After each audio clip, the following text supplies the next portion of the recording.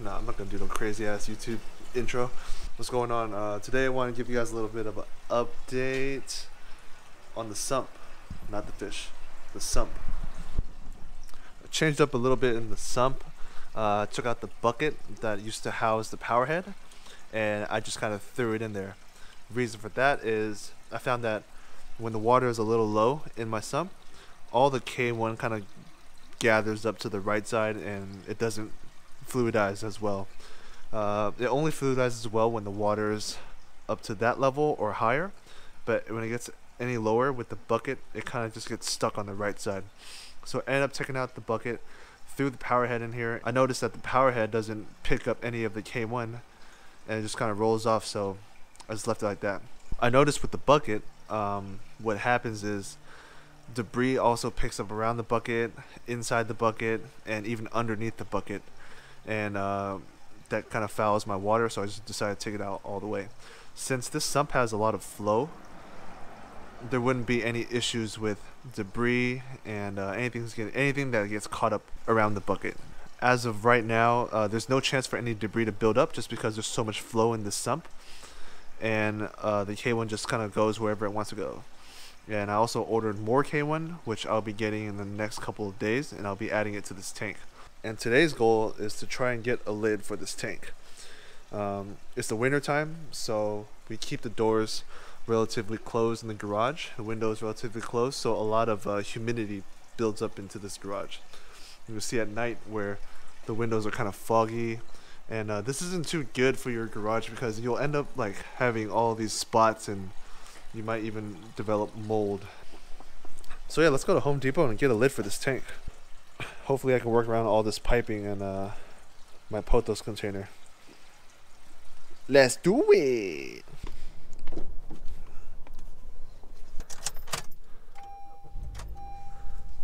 Whenever you go buy these types of sheets, make sure you carry something. What the? Whenever you go pick up these types of sheets, make sure you drive a car that's big enough to hold or carry a 8-foot by 2-foot plastic sheet.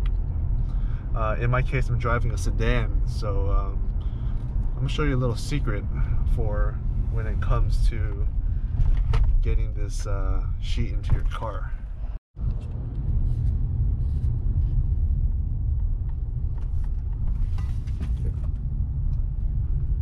We are here at Home Depot.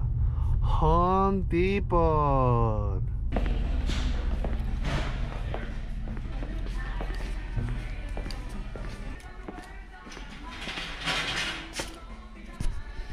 Alright, this is the one you want right here. 8 feet, bro? Oh, you don't want this shit. Damn, there's a whole thing.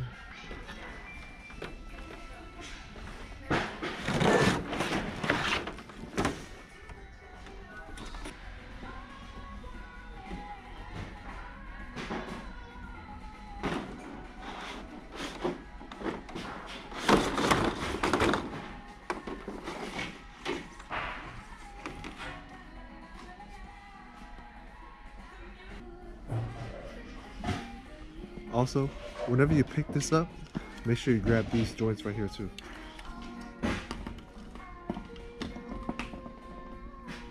Let's go.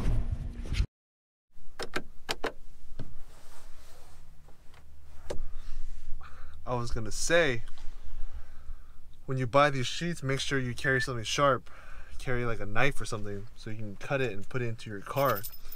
But luckily for me, right when I was gonna whip out my knife, some dude in the parking lot had shears, so he just helped me cut it. See? As you can see, it fits in the car perfectly, but make sure you cut it or else you're gonna have to strap it to the roof of your car, and that's not a pretty sight. Polycarbonate is very light and it will fly off your roof. Don't try it. Did it by experience.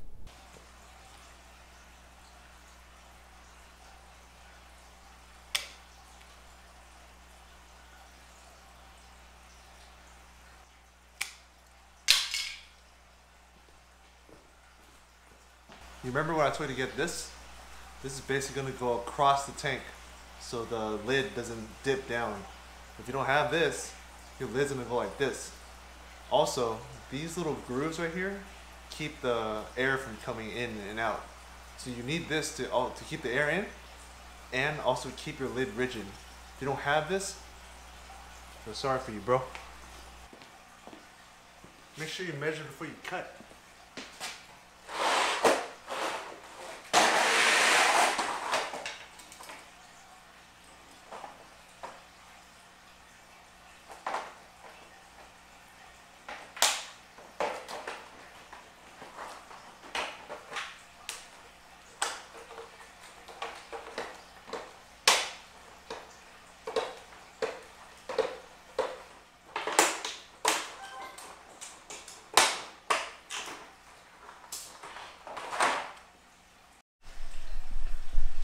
Now, if this was a normal tank, it would be a lot easier, but I have a pipe coming out of it, and then on the left side, I have the pothos hanging there. So I need to cut accordingly to the pothos, as well as the pipe, also the air lines on the right, and then the return on the right side too. So this is gonna take a long time.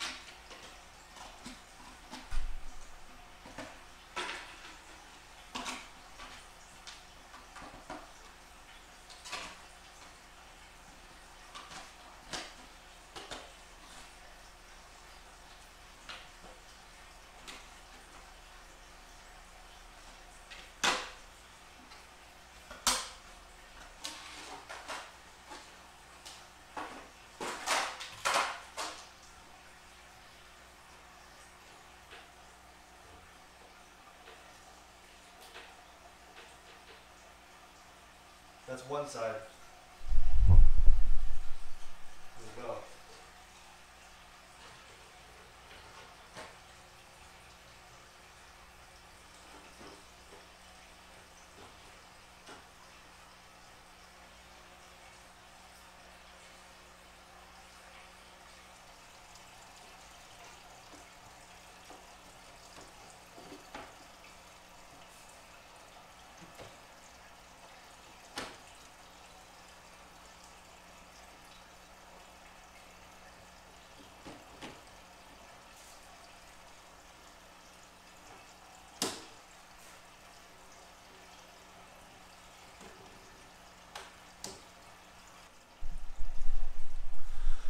Alright, so I was going to use these little things, these little riser things, but if I were to use that, it will make a big gap along the edge here.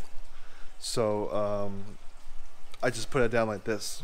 I'm pushing down on it and nothing's really happening, so I'm not too worried about it coming off or anything.